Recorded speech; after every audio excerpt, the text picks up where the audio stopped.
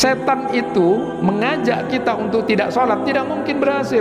Setan mengajak untuk kita tidak puasa, tidak mungkin berhasil. Setan itu mengajak kita untuk tidak ngaji Al-Quran, mungkin susah buat setan itu.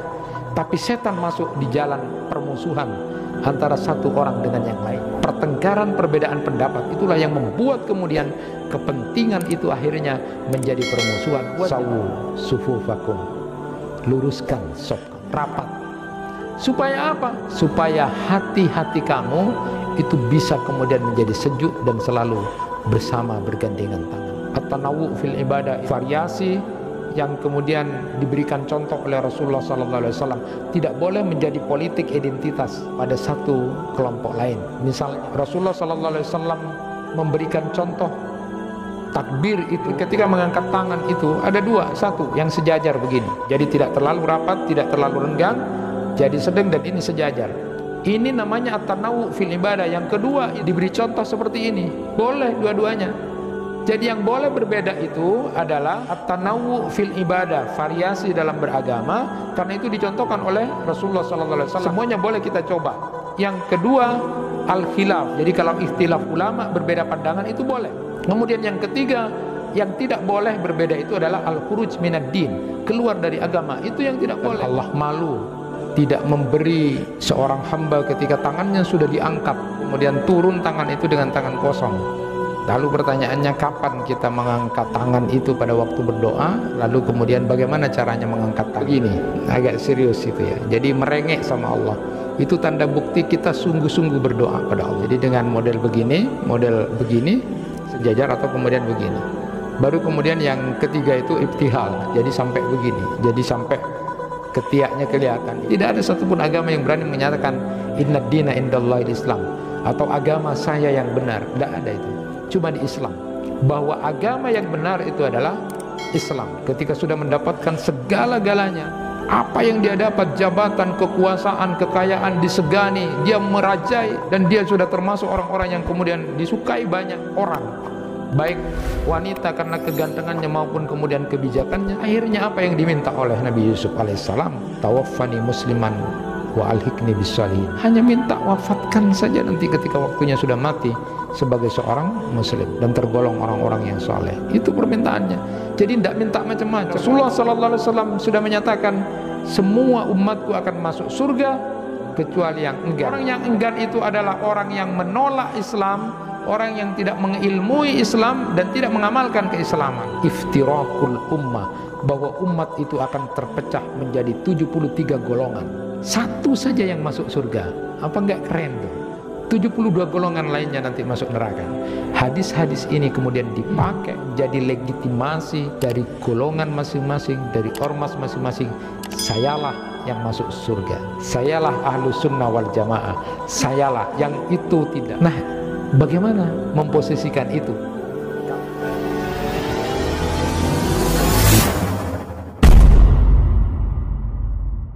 Yaitu kajian Al-Islam yang akan disampaikan oleh Al-Ustadz Ahmad Hudzaifah Essos. Kepadanya kami haturkan.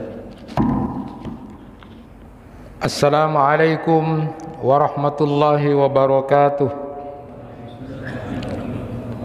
Alhamdulillahi rabbil alamin, alladzi amarna an nusliha ma'isyatana linailis sa'adah wa naquma bil wajibat fi ibadatihi wa taqwa. Asyhadu an la ilaha illallah wahdahu la syarika lah wa asyhadu anna Muhammadan abduhu wa rasuluh. Allahumma salli wa sallim ala nabiyyina Muhammad wa ala alihi wa ashabi ajma'in. Rabbi shrah li sadri wa yassir li amri wa hlul 'uqdatam min lisani yafqahu qawli. Amma ba'du. Bapak-bapak, ibu-ibu, jamaah pengajian PCM Kota Sumeneb yang dirahmati Allah. Alhamdulillah malam ini saya didaulat untuk menyampaikan kajian pada kesempatan ini. Walaupun kemarin di tempat yang sama saya sudah menyampaikan juga, khusus untuk jamaah di Nur Muhammad ini. Kemarin saya bahas tentang maqasid dari doa kafaratul majlis. Jadi kenapa sih kita harus baca ketika selesai dari satu majlis atau pertemuan apapun, subhanakallahumma wa bihamdika asyhadu an la ilaha illa anta astaghfiruka wa atubu ilaik itu. Jadi saya ingin sedikit sampaikan bahwa doa kafaratul majlis itu gunanya ada dua. Jadi setiap ada majlis apapun, ya, pertemuan-pertemuan seperti majlis taklim ini, musyawarah, bahkan juga perbincangan-perbincangan antara 3 orang, 4 orang itu sebelum berpisah maka kemudian disunnahkan oleh Nabi untuk membaca doa kafaratul majlis. Gunanya ada dua sebenarnya. Kalau dalam majlis itu kemudian ada kebaikan, ada keberkahan dari majlis itu, maka doa subhanakallahumma wa bihamdika asyhadu an la ilaha illa anta astaghfiruka wa atubu ilaik itu menjadi stempelnya. Jadi menjadi stempel dari kegiatan itu yang bagus, dari majlis itu yang bagus, yang nanti di mizan itu salah satu yang ditimbang setelah proses hisab itu di eskatologi itu adalah mizan. Mizan itu adalah penimbangan catatan amal. Jadi kalau yang ditimbang itu bisa orangnya, bisa catatan atau lembaran amalnya, bisa juga amalnya yang berwujud nanti. Itu nanti ada kajian khusus. Tetapi catatan-catatan amal, lembaran-lembaran amal ini juga ditimbang. Nah, majelis-majelis kalau itu ada kebaikan di majelis itu, lalu doa itu tujuannya adalah sebagai stempel dari kebaikan yang dilakukan atau terjadi di majelis itu. Tapi bila di majelis itu mungkin ada sebuah kesalahan, mungkin ada sesuatu yang tidak baik, maka lalu doa itu menjadi kafarat, menjadi penebus supaya kemudian di dalam majelis itu kemudian tidak lagi menjadi sesuatu yang salah atau diampuni dosa-dosanya oleh Allah Subhanahu wa taala. Itu dalam majelis taklim. Apalagi dalam majelis-majelis ketika kemudian ketemu sharing 3 orang, 4 orang, apalagi itu rasan-rasan segala macam itu, maka kemudian doa ini menjadi sesuatu yang penting. Dan sebelumnya juga dibahas tentang masalah mengangkat tangan dalam doa, ya. Jadi dalam hadis itu kan disebutkan Allah malu tidak memberi seorang hamba ketika tangannya sudah diangkat.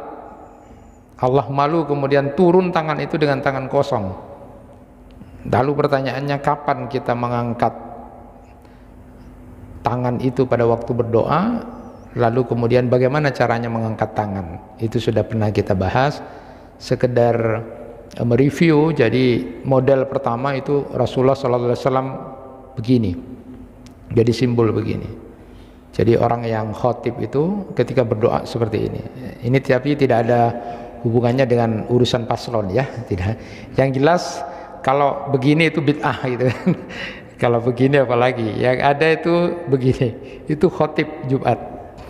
Rasulullah SAW juga memberikan contoh ketika kemudian riwayat dari Ibnu Abbas radhiyallahu anhu itu kalau berdoa itu, jadi ini telapak ini menghadap wajah kita.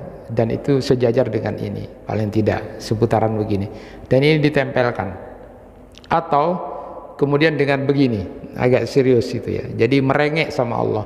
Itu tanda bukti kita sungguh-sungguh berdoa pada Allah. Jadi dengan model begini yang sejajar, atau kemudian begini.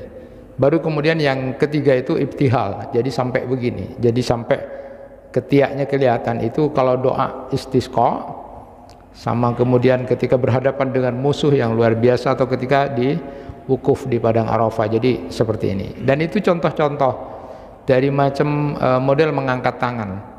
Nah, itu nanti ada kajiannya khusus, apakah kemudian ketika selesai sholat ada mengangkat tangan atau tidak, dan sebagainya. Nah, itu sudah pernah kita bahas. Pada kesempatan yang berbahagia ini kita akan kaji tentang satu hadis Rasulullah SAW yang barangkali juga pernah sudah kita dengar. Jadi umatnya Nabi Muhammad itu kita enak jadi umatnya Nabi Muhammad. Banyak sekali keutamaan-keutamaannya menjadi umatnya Nabi Muhammad. Itu juga pernah saya sampaikan. Jadi kitabnya Syekh Muhammad Alawi Al-Maliki itu yang menulis kitab Al-Khasais Al-Ummah Al-Muhammadiyah, keutamaan-keutamaan umatnya Nabi Muhammad itu luar biasa. Jadi kita ini umatnya Nabi Muhammad itu punya modal iman yang sempurna. Kita modal imannya itu sempurna dibandingkan umat-umat yang lain itu. Kenapa? Karena kita percaya kepada semua nabi dan rasul yang sudah diutus. Kita percaya dengan kitab-kitab yang sudah diturunkan, ya. Berbeda dengan umat yang lain yang kemudian tidak sampai kepada Nabi Muhammad. Kita punya modal kesempurnaan iman yang luar biasa. Maka kita teringat ketika ada satu dialog antara orang-orang yang sudah menjadi wakil dari agama-agama yang ada. Jadi ketika ada sebuah pertemuan antara agama Kristen atau Katolik waktu itu, lalu kemudian ada yang dari Yahudi, kemudian ada perwakilan Islam. Nah, ketika pertemuan tentang agama-agama dunia ini, ada satu dialog yang kemudian disampaikan mulai dari Yahudi yang mengatakan bahwa kami yang nanti masuk surga, kami ini yang masuk surga, bukan kalian, gitu kan. Karena kami percaya dengan apa yang kemudian diajarkan oleh Nabi Musa itu. Mereka berkeyakinan mereka masuk surga, orang-orang Yahudi. Lalu kemudian ketika ditanya siapa yang masuk surga, giliran orang yang Kristen itu, dia menyatakan kamilah yang masuk surga karena ada juru selamat, gitu kan. Ada Tuhan yang sudah menyelamatkan kita. Nah, itu yang kemudian disampaikan dengan keyakinannya kepada yang kita yakini di Islam itu Nabi Isa alaihissalam. Giliran perwakilan dari Islam yang ditanya itu kemudian menjawabnya luar biasa. Beliau mengatakan, kalau Anda yakin bahwa Anda masuk surga, seumpama orang Yahudi, Anda yang percaya masuk surga dan yakin masuk surga, maka kami umat Islam juga akan ikut masuk surga. Kenapa? Karena kami percaya kepada Nabi Musa alaihissalam dan kami percaya kepada apa yang kemudian dibawa oleh Nabi Musa. Kalau Anda yang masuk surga kepada pendeta yang menjadi wakil pada waktu itu, kami juga akan masuk surga. Kenapa kami masuk surga? Karena kami percaya kepada Nabi Isa alaihissalam. Cuma kalau yang kami umat Islam ini masuk surga, Anda tidak akan masuk surga karena Anda tidak percaya kepada Nabi Muhammad. Anda tidak meyakini apa yang dibawa oleh Nabi Muhammad SAW. Itu telah selesai sudah urusan, kan gitu. Jadi menjadi umatnya Nabi Muhammad itu banyak sekali kelebihan-kelebihannya. Nah, diantaranya tadi kita punya modal iman. Kita sudah disebut di dalam Al-Quran sebagai umat yang terbaik, kuntum khaira ummah. Kita juga disebut di dalam Al-Quran adalah ummah wasata, umat yang moderat. Jadi ciri-ciri yang umatnya Nabi Muhammad itu wasat, lurus, adil. Ya, ini sudah merupakan pujian-pujian Allah kepada umatnya Nabi Muhammad. Dan kita juga umatnya Nabi Muhammad ini sudah banyak terbebas dari beban-beban syariat yang begitu sangat berat. Kalau umat-umat terdahulu itu bebannya berat. Bebannya berat. Kalau kita banyak sekali kemudahan-kemudahan menjadi umatnya Nabi Muhammad. Bisa misalnya ketika hadis yang meriwayatkan tentang turunnya perintah sholat itu 50 kali itu. Maka ketemu siapa tuh? Ketemu Nabi Musa. Lalu Nabi Musa bilang, gak kuat umatmu itu Muhammad, minta tawarlah sama Allah. Aku juga sudah punya umat, tidak kuat 50. Bayangkan kalau kemudian tidak ditawar sama Nabi Muhammad, 50 kali sholat kita. Kira-kira 1 jam itu 2 kali sholat itu. 50 kali. Lantas kemudian mau cari rezeki dari mana gitu kan. Sholat itu tiap 1 jam itu 2 kali. 5 kali saja ternyata sudah seperti itu. Nah, beban-beban syariat itu ya kepada umatnya Nabi Muhammad banyak dihilangkan. Itu namanya al-isr. Al-isr itu dihilangkan kepada umatnya Nabi Muhammad. Kalau orang terdahulu makan sama wanita haid itu tidak boleh. Ya, bayangkan kalau sekarang itu, kasihan sama bapak-bapak ya. Siapa yang mau meladeni kalau makan istrinya lagi haid tidak boleh. Dulu itu juga kemudian setiap ada najis itu harus dipotong. Jadi kalau bajunya ini ada najis itu tidak hanya sekedar dibersihkan, tapi harus dipotong. Berapa kali kita harus mengganti baju dan rusak gitu ya. Itu ada lagi yang kemudian lupa tidak sengaja itu dihukum, tetap dihukum. Kalau sekarang kan umatnya Nabi Muhammad diangkat ya, artinya tidak dihukum. Orang yang kemudian tidak sengaja, lupa dan sebagainya itu diangkat itu. Kalau dulu tetap dihukum. Orang yang membunuh orang dulu itu tetap dibunuh, dia harus tobat tapi tetap dibunuh. Kalau sekarang masih ada kemungkinan untuk kemudian dimaafkan. Orang dulu bersalah, lalu kemudian besoknya itu di rumahnya itu akan ada tertulis orang ini punya kesalahan apa dan harus dihukum apa. Untungnya umatnya Nabi Muhammad itu disayang sama Allah. Tidak ada itu, masih ada pengampunan, masih ada maaf. Dulu ketika kemudian melakukan dosa anggota tubuhnya itu langsung dihukum sesuai dengan di mana. Kalau tangannya ya tangannya langsung dihukum. Nah kalau itu ada pada umatnya Nabi Muhammad, berapa banyak orang yang sudah jelek sekarang ya. Nah, itu untungnya menjadi umatnya Nabi Muhammad sallallahu alaihi wasallam. Keutamaan-keutamaan diantaranya adalah al-isr itu dihapus. Dan hebatnya lagi, kita ini nanti menjadi umatnya Nabi Muhammad yang kemudian masuk surga paling awal dibandingkan dengan umat-umat yang terdahulu. Padahal kita umat terakhir, tapi kitalah yang nanti akan menikmati surga itu pertama kali setelah kemudian Nabi Muhammad SAW masuk, dan diikuti dari umatnya Nabi Muhammad yang pertama kali masuk surga itu adalah Abu Bakar As-Siddiq. Kita yang pertama kali, padahal kita umat yang terakhir. Nah, jemaah yang dirahmati Allah, hadis yang akan kita baca ini luar biasa. Rasulullah sallallahu alaihi wasallam bersabda, "Kullu ummati yadkhulunal jannah illa man aba." Qalu, "Ya Rasulullah, wa man ya'ba?" Qala, "Man ata'ani dakhalal jannah wa man asani faqad aba." Rasulullah sallallahu alaihi wasallam bersabda, setiap umatku akan masuk surga kecuali mereka yang enggan. Lalu kemudian para sahabat bertanya, siapa yang enggan itu ya Rasulullah?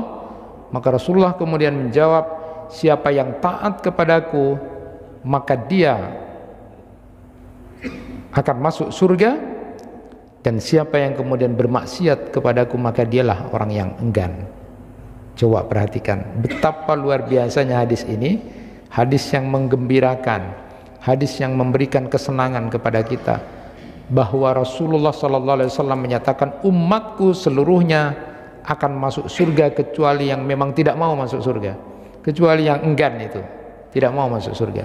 Nah ketika ditanya siapa yang enggan itu, Rasulullah menjawab, siapa yang taat kepadaku, mengikutiku, maka dia akan masuk surga. Tetapi mereka yang kemudian tidak mau mengikuti, bermaksiat kepadaku, maka dialah orang yang enggan itu. Hadirin yang dirahmati Allah, hadis ini ada di dalam kitab Sahih Bukhari dan juga ada di kitabnya Musnad Imam Ahmad. Jadi dua imam ini, di Sahih Bukhari dan di musnadnya Imam Ahmad. Cuma kalau di musnadnya Imam Ahmad itu tanpa tambahan illa man aba, kecuali yang enggan. Tapi sudah disebutkan di situ semua umatku akan masuk surga. Kalau di Sahih Bukhari ini ada pengecualian illa man aba, kecuali yang enggan saja. Dan para ulama hadis menyebut bahwa hadis ini adalah hadis yang sahih. Awalnya ada yang menyebut karena ada salah seorang perawi namanya Fulaih bin Sulaiman menganggap hadis ini gharib ya, tetapi karena ada di Imam Bukhari dan di Imam Ahmad, maka lalu kemudian ittifaqus syakhaini alaihi yakwi amarahu, itu kata para ulama ketika sudah disebut dalam dua imam hadis tentang ini, maka itu sudah menguatkan, sehingga kedudukan hadis ini adalah hadis yang sahih. Perhatikan di sini bahwa Rasulullah SAW menyebutkan semua umatku akan masuk surga. Di situ cuma ada pengecualian illa man aba, kecuali yang tidak mau. Kemudian Rasulullah SAW menjelaskan tadi yang nggak mau itu adalah yang bermaksiat, yang durhaka kepada baginda Nabi Sallallahu Alaihi Wasallam. Di dalam kitab Umdatul Qari itu juz ke-25 itu disebutkan bahwa al-muradu bil abai al-imtina'u anil Islam. Yang dimaksud pengertian aba, enggan, tidak suka, itu adalah orang yang menolak masuk Islam.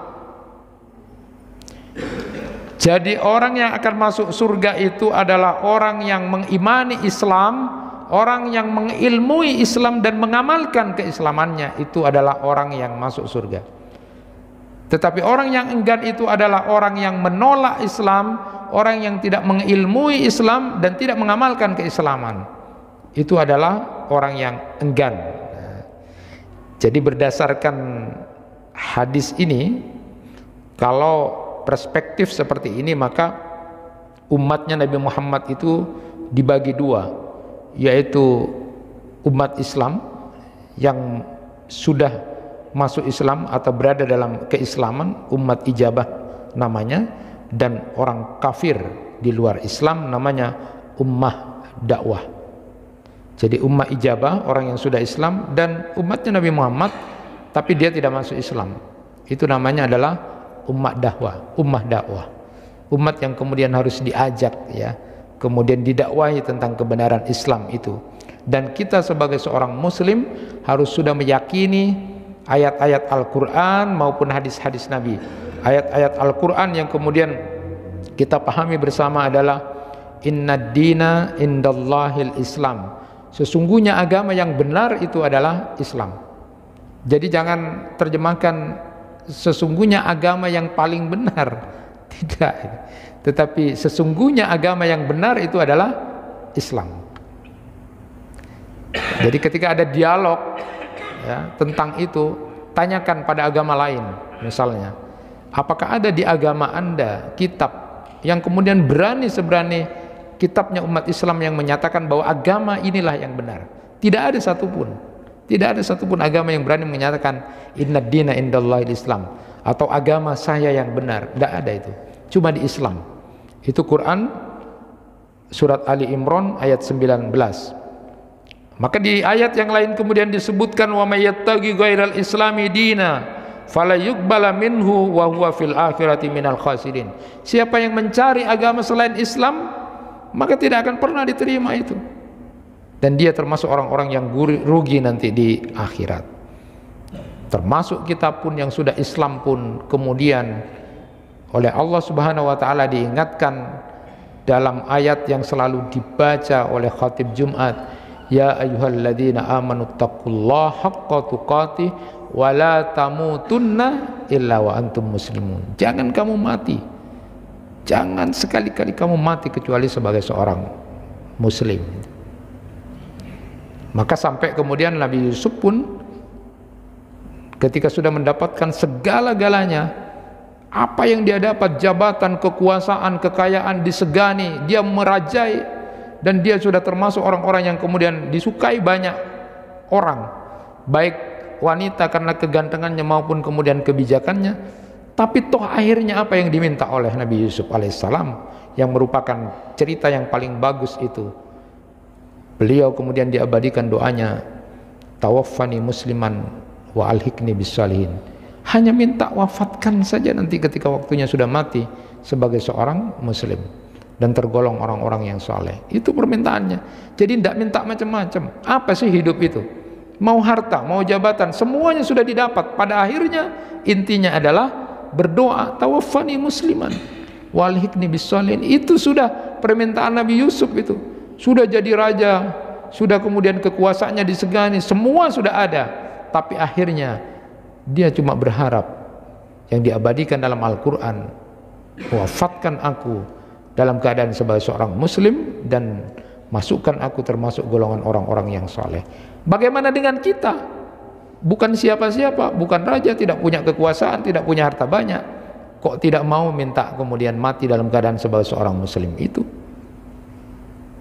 Nah, inilah keyakinan yang harus ada pada diri kita, bahwa agama yang benar itu adalah Islam.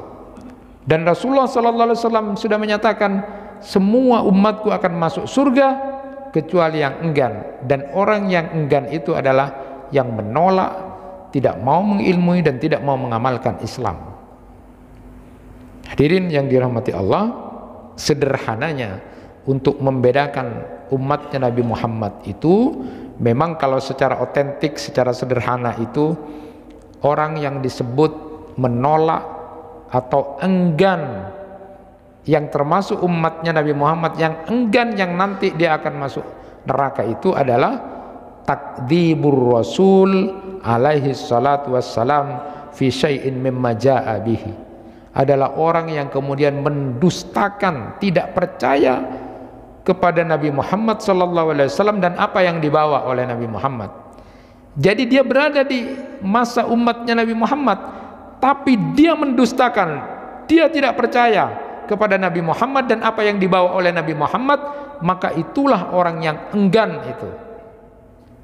Sedangkan orang yang kemudian masuk surga itu adalah orang yang tasdiquhu bi fima ja'a bihi, yang membenarkan apa yang dibawa oleh Nabi Muhammad, meyakini, beriman kepada Nabi Muhammad, dan dia kemudian mempercayai apa yang dibawa oleh Nabi Muhammad. Itulah dia orang yang kemudian disebut sebagai seorang muslim. Kalau Abdul Qahir Al-Baghdadi itu dalam kitab Al-Farqu Bainal Firaqnya menyebutkan tentang sederhananya menilai umat Islam itu supaya tidak saling mengkafirkan gitu ya, sesama umat. Lalu kemudian umat Islam itu bisa dilihat, pertama adalah mengakui kenabian Nabi Muhammad dan apa yang dibawa oleh Nabi Muhammad SAW. Yang kedua, dia disebut sebagai seorang muslim ketika dia masih mau sholat dan sholatnya itu menghadap kiblat, dia masih sebagai seorang muslim. Dan berikutnya disebutkan bahwa umat Islam itu adalah orang yang mengakui dan kemudian mengucapkan kalimat syahadat, asyhadu an la ilaha illallah wa asyhadu anna muhammadar rasulullah, maka dia diakui sebagai seorang muslim. Nah, menjadi menarik sekarang perhatiannya, kalau kemudian semua umatnya Nabi Muhammad itu akan masuk surga, dan kita sudah meyakini itu dengan 3 kategori, tentu ada grade-nya. Masuk surganya itu dengan grade yang pertama adalah ada umatnya Nabi Muhammad yang masuk surga itu tanpa hisab. Itu sudah disebutkan oleh Rasulullah SAW dalam satu hadisnya. Jadi ada umatnya Nabi Muhammad yang masuk surga tanpa hisab. Yang kedua, ada yang masuk surga setelah hisab. Nah, hisab ini ada hisab yang ringan, ada yang hisab detail. Yang hisab ringan ini adalah termasuk yang kita minta. Jadi salah satu doa di antara doa-doa sebelum salam, jadi ada sekitar 12 riwayat Nabi SAW tentang doa-doa sebelum salam itu. Salah satu di antaranya riwayat dari Aisyah radhiyallahu anha, berdoa sebelum salam, Allahumma hasibni hisabay yasira. Ya Allah, hisablah aku nanti di akhirat dengan hisab yang ringan.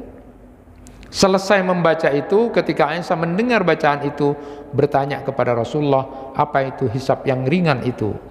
Lalu kemudian Rasulullah menjawab, hisab yang ringan itu adalah arad. Al-arad itu nanti hamba itu dikasih tahu oleh Allah, ditampakkan, ini loh kesalahanmu, ini loh dosamu, tapi aku maafkan. Mengakui, dimaafkan oleh Allah, diperlihatkan ini loh kesalahanmu, diakui, ini loh dosamu, iya diakui, tapi Allah maafkan. Itu hisab yang ringan. Itu yang kita minta kepada Allah. Kalau yang masuk surga tanpa hisab itu orang yang punya ketauhidan yang kuat, dia tidak pernah kemudian meminta untuk di model obati apa, dia punya ketauhidan yang tinggi, dia punya ketawakalan yang kuat. Tapi ini mungkin susah untuk kita cari gitu ya, tapi bisa saja itu terjadi. Tapi kalau yang kedua, umatnya Nabi Muhammad yang kemudian masuk surga setelah hisab yang ringan ini. Jadi hisab yang ringan itu ditampakkan, ini loh kesalahanmu, kamu akui, tapi Allah maafkan. Karena Allah itu lebih sayang, jauh lebih menyayangi kepada hambanya daripada seorang ibu yang menyayangi anak yang paling disayangi. Ada yang kemudian hisabnya berat, ya. Hisab yang berat inilah yang berbahaya, yang akan binasa, karena detail itu. Kalau di dalam banyak ayat Al-Quran maupun hadis-hadis Nabi SAW yang nanti akan ditanya tentang hisab itu adalah yang pertama tentang sholatnya, kemudian yang kedua tentang umurnya, ilmunya, hartanya, dan amalnya. Lalu yang ditanya nanti nikmat-nikmat yang sudah diterima selama di dunia, itu semua akan dihisab. Jangankan kita yang kemudian mendapatkan banyak kenikmatan dari Allah Subhanahu wa taala, orang miskin pun ternyata kemudian akan ditanya oleh Allah Subhanahu wa taala. Jadi ketika summalatus alunna yauma idzin anin naim, mereka nanti sungguh akan ditanya oleh Allah tentang nikmat yang sudah diterima selama di dunia itu. Barangkali kita sudah banyak menerima nikmat dari Allah, tapi ketika ada orang miskin yang seolah-olah kemudian ditanya, bagaimana kami akan ditanya oleh Allah, kami tidak punya apa-apa. Bayangkan ketika kemudian Rasulullah menjelaskan, nanti kamu juga akan ditanya tentang minuman segar yang kamu minum pada saat kamu kehausan, pelka, haus, kamu minum, itu akan ditanya. Saat kamu kemudian diberi oleh Allah rumah yang kecil, gubukmu, itu akan ditanya. Saat kamu merasakan semilir angin yang begitu sangat mengenakkan tubuhmu, juga akan ditanya. Itu orang miskin. Bagaimana dengan kita yang mendapatkan banyak kenikmatan itu? Akan ditanya oleh Allah Subhanahu wa taala. Siap tidak? Bagaimana tentang umur? Bagaimana tentang ilmunya? Bagaimana tentang hartanya? Bagaimana dengan amalnya? Itu juga akan ditanya oleh Allah. Kalau berbicara tentang harta misalnya, nanti akan ditanya dari mana dan dikemanakan itu. Khusus harta ini tidak sekali saja pertanyaannya. Dari mana kamu dapat harta ini? Kalau lolos masih lumayan, lolos sudah halal, oke. Ditanya lagi dikemanakan itu. Maka sering saya sampaikan di pengajian ibu-ibu itu, kalau bapak memberikan uang kepada ibu, ini sudah saya berikan uang 1 juta di luar rumah tangga kita, artinya di luar kebutuhan ekonomi kita, kau boleh apakan saja. Halal itu suaminya dapat, tapi nanti akan ditanya dikemanakan uangnya itu. Kalau ibu yang cerdas kemudian mengatakan ini tidak akan ditanya, ya mas, tidak akan ditanya, itu halal buat kamu. Wanita yang cerdas kemudian berpikir uang 1 juta itu misalnya 500.000 dia akan berikan Al-Quran misalnya. Dia cari tempat TPQ yang kemudian butuh Al-Quran yang sudah rusak-rusak untuk anak-anak kecil yang suka, memang suka membaca Al-Quran, dan di situ rame, dia belikan 500.000 nya, lalu kemudian dia kasihkan kepada orang-orang. Dia ada yang ngasih 50, ada yang 20, ada yang 40. Berapa hati yang sudah dibahagiakan saat itu. Dan nilai 1 juta itu luar biasa buat seorang ibu ketika diberikan oleh suaminya itu. Akan ditanya itu. Tapi bayangkan kalau seorang ibu diberikan, istrinya dikasih ini 1 juta, malah dia bilang kurang mas. Apa mak kurang? Engkau ngabes esopir ya. Dia bedetas moso encer moso engkau. Money total 1.200.000, berarti kurang 200 itu kan. Sama-sama uang 1 juta, satunya kemudian dibelanjakan, dengan itu akan ditanya itu. Bagaimana dengan persiapan kita ketika akan dihisab dan kemudian diadili dengan seperti itu? Apalagi kemudian ditanya dari mana hartanya sudah tidak lolos, apa ndak habis itu? Gemeter kita, dalam hisab saja sudah seperti itu, apalagi di mizannya nanti akan ditanya tentang semuanya itu misalnya. Nah inilah yang kemudian harus kita perhatikan. Ada yang masuk surga dengan hisab yang ringan, ada yang kemudian hisab yang berat. Maka jangan pernah melupakan di antara doa kita sebelum salam berdoa, Allahumma hasibni hisabai yasira. Minta kepada Allah hisab yang ringan itu.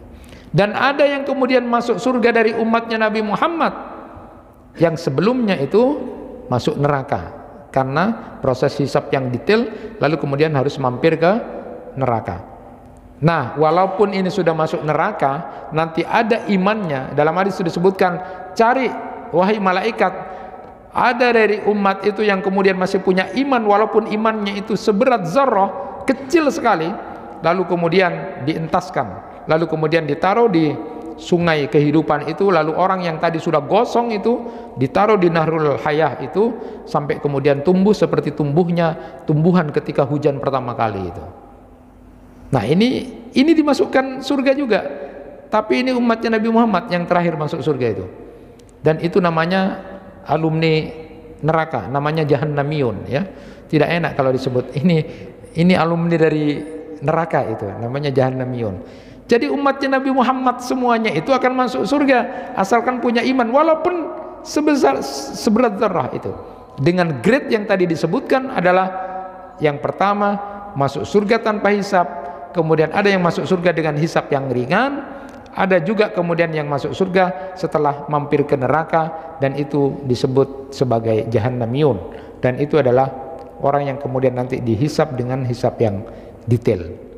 Jamaah yang dirahmati Allah, pertanyaannya yang menjadi menarik sekarang, ketika Rasulullah SAW sudah menyampaikan bahwa umatnya semuanya akan masuk surga kecuali yang enggan, bukankah ada hadis yang masyhur itu yang sering kita dengar, misalnya tentang iftirakul ummah, bahwa umat itu akan terpecah menjadi 73 golongan, satu saja yang masuk surga? Apa enggak keren tuh? 73 umatku akan terpecah, kata Rasulullah SAW. Itu dalam hadis riwayat dari Auf bin Malik yang menyebutkan bahwa umatnya Nabi Muhammad itu nanti terdiri dari 73 golongan, satu saja yang masuk surga, 72 golongan lainnya nanti masuk neraka. Siapa yang masuk surga? Al-jamaah. Di hadis yang lain kemudian disebutkan bahwa umatnya Nabi Muhammad itu juga terbagi dengan kategori 72 golongan. Kalau tadi 73, kalau ini 72 golongan. Cuma yang selamat satu saja. Siapa itu? Ketika ditanya kepada Rasulullah, Rasulullah menyebut ma'ana alaihi wa ashabi, apa yang kondisiku dan kondisi sahabat diikuti oleh orang itu. Jadi yang selamat itu adalah yang mengikuti Nabi dan yang mengikuti para sahabat. Yang lainnya tidak selamat. Kemudian yang riwayat yang ketiga itu disebutkan bahwa kalau Bani Israel itu terpecah 71 golongan dan umatku akan terpecah 73 golongan, semuanya di neraka kecuali sawadul a'dam, golongan yang banyak, golongan yang besar yang kuat. Karena orang Islam tidak mungkin bersepakat dalam kejelekan. Nah, inilah yang kemudian hadis-hadis ini kemudian dipakai menjadi legitimasi dari golongan masing-masing, dari ormas masing-masing. Sayalah yang masuk surga, sayalah ahlu sunnah wal jamaah, sayalah, yang itu tidak, yang itu tidak. Nah, bagaimana memposisikan itu? Kalau tadi Rasulullah SAW secara umum sudah menyebutkan umatku semuanya akan masuk surga kecuali yang enggan, dan itu sudah kita bagi dua itu. Tapi berdasarkan hadis-hadis ini kemudian disebutkan bahwa umatnya Nabi Muhammad juga terpecah begitu. Yang masuk surga cuma satu. Yang kalau kemudian disimpulkan ada tiga kategori. Pertama adalah al-jamaah. Jadi kita bersepakat dalam satu jamaah. Yang kedua ma'ana alaihi wa ashabi. Dia mengikuti aku, kata Rasulullah, mengikuti sunnah-sunnah Nabi dan para sahabat. Lalu kemudian yang ketiga adalah dalam golongan yang besar, dalam kelompok besar, karena umat Islam tidak akan pernah kemudian bersepakat kepada yang tidak baik. Dan inilah sekali lagi riwayat-riwayat inilah yang kemudian membuat terpecahnya dan meyakini bahwa golongan sayalah yang masuk surga. Semuanya berebut dan mengatakan saya yang ahlu sunnah, saya yang ahlu sunnah, saya ahlu sunnah wal jamaah, saya ahlu sunnah wal jamaah. Anda tidak, karena berebut kemudian masuk surga. Hadirin yang dirahmati Allah, tentu ingin saya sampaikan sedikit bahwa ada banyak pakar hadis yang kemudian menyatakan bahwa hadis tentang iftirakul ummah ini banyak yang tidak sahih. Tetapi ada juga yang menyebut karena walaupun tidak sahih, tapi karena periwayatannya juga banyak jalurnya, maka kemudian hadis ini juga adalah termasuk hadis yang sahih. Pada titik ini hadis ini menerangkan bahwa keterbatasan umatnya Nabi Muhammad yang tergolong kelompok yang selamat atau yang disebut dengan firqah najiyah itu, atau taifah al-mansurah, yang semuanya kemudian menyatakan dengan ahlus sunnah wal jamaah, dan mereka kemudian menyebut golongannya seperti itu semuanya. Siapa yang kemudian ikut Nabi dan semua mengaku-ngaku mengikut Nabi Muhammad SAW. Maka saya ingin sampaikan apa yang disampaikan oleh Imam Al-Ghazali menasihati tentang ini. Beliau pertama menyebutkan bahwa kendalikan lidahmu tentang masalah hal ini.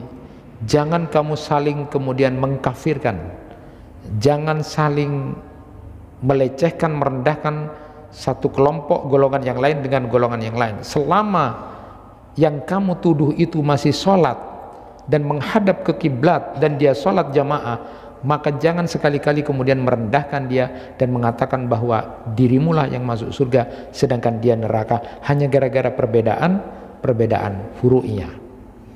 Tidak boleh ya. Apalagi persoalan at-tanawwu fil ibadah. Saya kemarin membahas tentang at-tanawwu fil ibadah, itu variasi yang kemudian diberikan contoh oleh Rasulullah SAW. Tidak boleh menjadi politik identitas pada satu kelompok lain. Misalnya saya sebutkan misalnya bahwa Rasulullah SAW memberikan contoh takbir itu, ya, takbir ketika mengangkat tangan itu ada dua, satu yang sejajar begini, jadi tidak terlalu rapat, tidak terlalu renggang, jadi sedang, dan ini sejajar. Ini namanya at-tanawwu fil ibadah. Yang kedua itu diberi contoh seperti ini, boleh dua-duanya.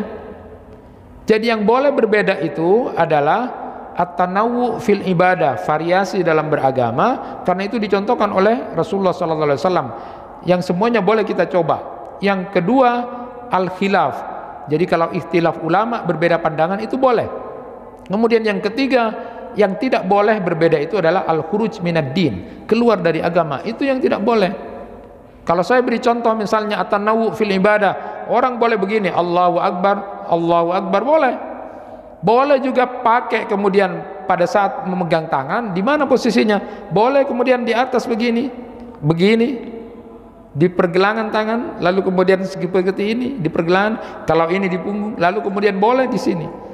Tiga-tiganya boleh ditetapkan di ala sadri, di dada, boleh kemudian di atas perut, boleh kemudian di atas pusar. Itu pilihan, itu at-tanawwu fil ibadah, dan itu asik untuk dikaji. Itu bukan berbeda, tapi itu adalah at-tanawwu, variasi dalam beragama. Yang tidak boleh berbeda adalah keluar dari agama. Kalau saya pernah mengajarkan di salah satu tempat itu, salat begini sudah dua, tapi ada yang bertakbir tidak boleh begini, Allahu Akbar misalnya. Saya tanya, kenapa Bapak begitu salatnya? Ustaz, saya terlalu banyak dosa, saya sudah minta ampun di sini, sudah di penjara, saya tidak kuat, saya terlalu banyak dosa. Maka lalu kemudian dia salat, iya betul Bapak banyak dosa, minta ampun kepada Allah, sudah dihukum, tapi jangan kemudian takbirnya menjadi lebih dari ini, tidak diajarkan Nabi. Saya bilang itu. Jadi kalau model begini, ala sadri tanawwu fil ibadah, boleh, tidak apa-apa itu, di tiga tempat itu, di atas pusar, di atas perut, atau di atas dada, ada yang paling rajih. Tapi kalau di luar itu tidak ada diajarkan begini misalnya, membuka itu tidak ada. Nah ini yang kemudian al-khuruj minad din. Jadi kalau selama masih sama-sama sholat ahli kiblat dan dia salat jamaah, maka jangan kemudian mengkafirkan, merendahkan dan mencela itu. Kemudian yang kedua, jika kamu melihat seorang yang hanya mempunyai keahlian fikih dan dia terlibat dalam mengkafirkan atau menuduh sesat seseorang, maka abaikan saja. Karena kadang-kadang ada orang, jangankan berbeda, tidak berbeda saja karena kepentingan atau kebencian, ini tuduh macam-macam. Dan itulah manusia. Saya teringat dengan ayat Al-Quran yang menyebutkan wa ja'alna ba'dakum ala ba'din fitnah atasbirun. Itu yang luar biasa itu. Setan itu mengajak kita untuk tidak sholat, tidak mungkin berhasil. Setan mengajak untuk kita tidak puasa, tidak mungkin berhasil. Setan untuk tidak mengajak kita untuk tidak ngaji Al-Quran, mungkin susah buat setan itu. Tapi setan masuk di jalan permusuhan antara satu orang dengan yang lainnya. Pertengkaran, perbedaan pendapat, itulah yang membuat kemudian kepentingan itu akhirnya menjadi permusuhan. Wa ja'alna ba'dukum ala ba'din fitnah atasbirun. Allah sudah menyebutkan itu. Tidak tahukah kalian nanti bermulanya perpecahan itu adalah karena apa? Karena saling silang pendapat, lalu kemudian ada kebencian dan kedendaman. Bukankah mulainya seseorang itu saling membenci antara suami dengan istri, antara orang tua dengan anak, antara satu orang dengan yang lain, antara muslim satu dengan muslim yang lain? Maka perhatikan, kata Imam Al-Ghazali, belajar dari ketika engkau sholat, bukankah imam sholat mengatakan dan mengingatkan, sawu sufufakum, luruskan saf kamu, luruskan saf kamu, rapat. Supaya apa? Supaya hati-hati kamu itu bisa kemudian menjadi sejuk dan selalu bersama bergandengan tangan. Bayangkan kalau kemudian imam sudah menyuruh seperti itu dan orang kadang-kadang rapat, tapi setelah sholat jamaah saling bermusuh-musuhan. Forward, untuk apa kemudian? Disitulah letaknya kehati-hatian kita. Bapak dan Ibu yang dirahmati Allah, tentu kita bergembira dengan hadis Nabi tadi yang menyebut bahwa kita semuanya akan masuk surga, kecuali yang enggan dengan beberapa grade yang masuk surga dengan hisab, tanpa hisab, atau kemudian yang sempat kemudian masuk neraka. Kita berdoa kepada Allah Subhanahu wa taala bahwa kebahagiaan di akhirat itu tidak hanya sekedar bahagia, tetapi juga diakhiri dengan doa waqina adzabannar. Itulah doa yang sapu jagat itu. Rabbana atina fid dunya hasanah wa fil akhirati hasanah. Tapi wa fil akhirati hasanah itu ditambah waqina adzabannar. Jangan-jangan takut kita bahagia tapi sebelumnya mampir ke neraka, naudzubillah. Makanya ketika kita minta bahagia dunia, minta juga bahagia di akhirat, tapi dengan catatan tidak mampir ke neraka. Maka waqina adzabannar, jauhkan kami dari api neraka. Mudah-mudahan kita menjadi umatnya Nabi Muhammad yang nanti betul-betul mencintai Rasulullah, berusaha untuk mendekati apa yang diajarkan oleh Nabi Sallallahu Alaihi Wasallam sedekat-dekat sepengampu dan sepengetahuan kita, dan berusaha kemudian berdoa agar diri kita ini terhindar dari api neraka, didekatkan pada surga dengan mencintai Rasulullah dan melaksanakan sunnah-sunnah Nabi. Itu yang bisa disampaikan, mudah-mudahan bermanfaat. Kurang dan lebihnya mohon maaf. Subhanakallahumma wa bihamdika asyhadu an la ilaha illa anta astaghfiruka wa atubu ilaik. Kurang dan lebihnya mohon maaf. Wassalamualaikum warahmatullahi wabarakatuh.